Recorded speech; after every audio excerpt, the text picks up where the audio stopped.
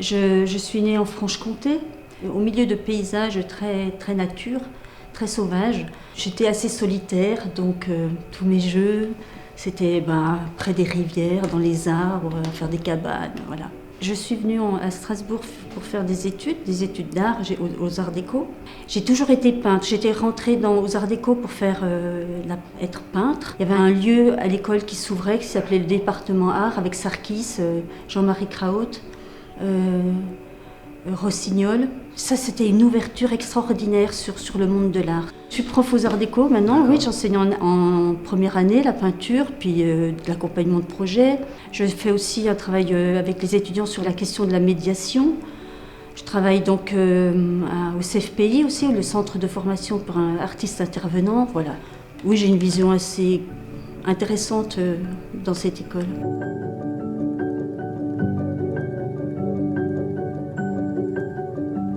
Oui, il y a une période où je m'interdisais de peindre à peu près. Je peignais à la maison, mais sans vraiment revendiquer cette peinture. Ce que je revendiquais, c'était plus un travail que j'essayais de développer avec les autres, de trouver du sens.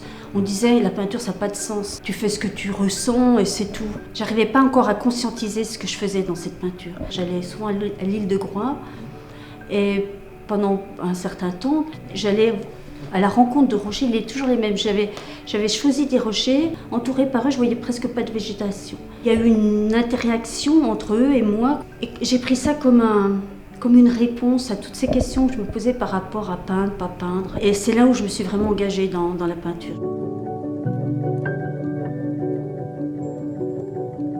Je suis revenue en Alsace et là, je commence à peindre, mais en immersion totale avec la nature. J'essayais de retrouver cette énergie, cette sensation que j'avais eue avec les rochers. Et tout le travail de peinture, c'est ça, c'est de retrouver cette connexion avec le végétal. On a tellement séparé la nature de l'humain, et c'est ça qui m'affectait depuis le début.